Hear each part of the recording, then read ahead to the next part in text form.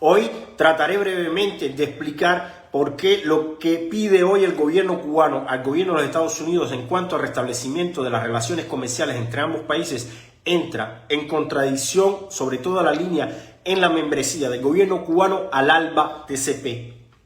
Primero, un poco de historia. El ALBA-TCP nace mismo, si la idea surge en el 2004, nace en el 2005, en abril, en La Habana, Cuba, cuando se firma el Tratado de Comercio de los Pueblos entre Fidel Castro, fallecido, y Hugo Chávez Frías, fallecido.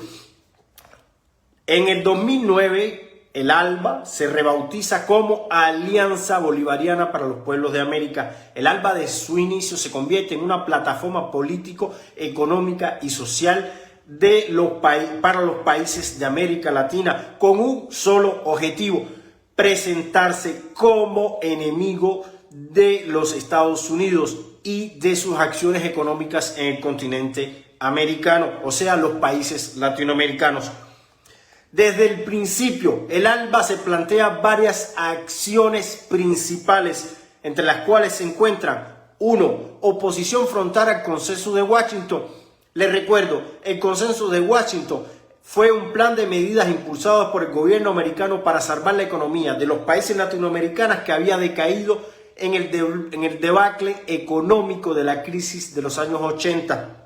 2. La nacionalización de las economías de los países miembros del ALBA-TCP. Es decir, estamos hablando de un ataque a la liberalización de la economía, a la compañía privada, a la libre economía de las entidades, de la industria, de las personas jurídicas. 3. Oposición al libre comercio con los Estados Unidos. Y ojo, muy importante, este es el punto que va en contradicción directa en cuanto a lo que pide el gobierno cubano hoy en día de restablecer relaciones económicas con los Estados Unidos. 4. Reinventar el socialismo. Palabras textuales del fallecido expresidente Hugo Chávez Frías. Estamos hablando de socialismo. Lo que buscan es establecer el socialismo. Existe hoy un lineamiento de países sociocomunistas y lo que quieren hoy es implementar el socialismo, implementar la esclavitud de mente, la esclavitud social, imponer a los pueblos una sola idea: la prohibición de partidos oposición, la prohibición del libre comercio, de la entidad privada, la oposición al dólar, la oposición a todo lo que represente la libertad del hombre como entidad jurídica.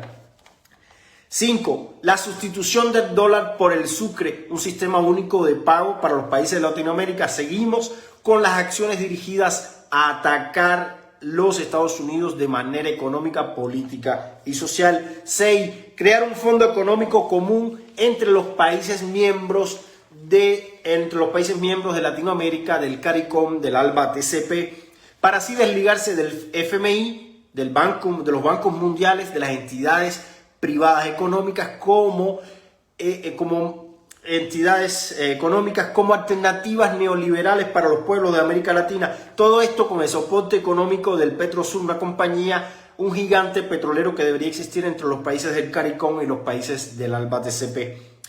Ahora, 7. Crear un sistema informativo transcontinental para hacer oposición a los medios informativos que son controlados por el imperialismo, dicho así por los sociocomunistas Fidel Castro y Hugo Chávez Frías. Es decir, ellos de hecho lo han creado. Han creado muchos sistemas informativos, muchas agencias de prensa para divulgar lo que ellos llaman su verdad. Pero su verdad no es nada más que oposición a cualquier cosa que se diga en las agencias de prensa del mundo moderno.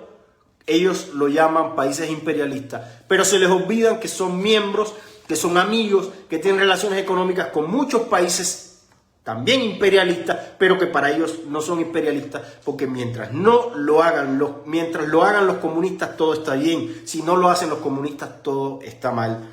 Ahora, sobre el Fondo Económico Común que quería crear el señor Hugo Chávez y Fidel Castro con los países miembros de América Latina, era un medio de imposición de las ideas socialistas a través del dinero que generaba PDVSA. Era una manera de captar los países en su cruzada contra la economía, contra el gobierno de los Estados Unidos, contra todo lo que pudiera representar la economía privada, la liberalización de la economía. Y ahora, llegando al punto número 3, el gobierno de Cuba desde los años de la década del 90 pide el fin del bloqueo, un bloqueo que no existe, pero que le ha hecho creer a todo el mundo que Cuba está bloqueada por los Estados Unidos. El bloqueo, como así lo llaman los comunistas, es simplemente un embargo que surgió por las medidas de nacionalización de las entidades privadas americanas en la década de los 60. Pero el gobierno cubano se empeña en llamarlo bloqueo.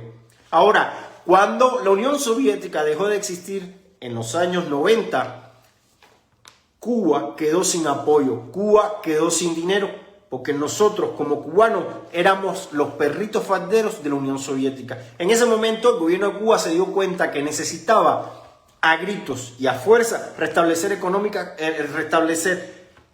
relaciones económicas con la entidad económica número 1 del mundo. Desde ese momento pide restablecer lo que ellos llaman un derecho inalienable de los pueblos. Ahora, si hablamos que hoy Cuba pide lo mismo a lo que se opone en el programa del ALBA TCP, estamos hablando que el gobierno cubano lleva una acción de doble cara, una acción de doble falacia, porque con una mano pide restablecer relaciones económicas bilaterales con los Estados Unidos y de la otra pide oposición frontal al libre comercio con los Estados Unidos. Así son ellos, los comunistas, doble moral, cara de palos, cara de guante, piden una cosa de un lado y se oponen a la misma del otro, porque no saben realmente qué quieren en verdad. Simplemente lo de ellos es corrupción, es sometimiento, es esclavitud. Pónganse de acuerdo. Lo primero que debería hacer el gobierno cubano para pedir restablecimiento de relaciones económicas con los Estados Unidos es salir del ALBA, porque esta plataforma económica se opone directamente a las relaciones bilaterales con los Estados Unidos. Abajo el comunismo, Frente Anticomunista Cubano.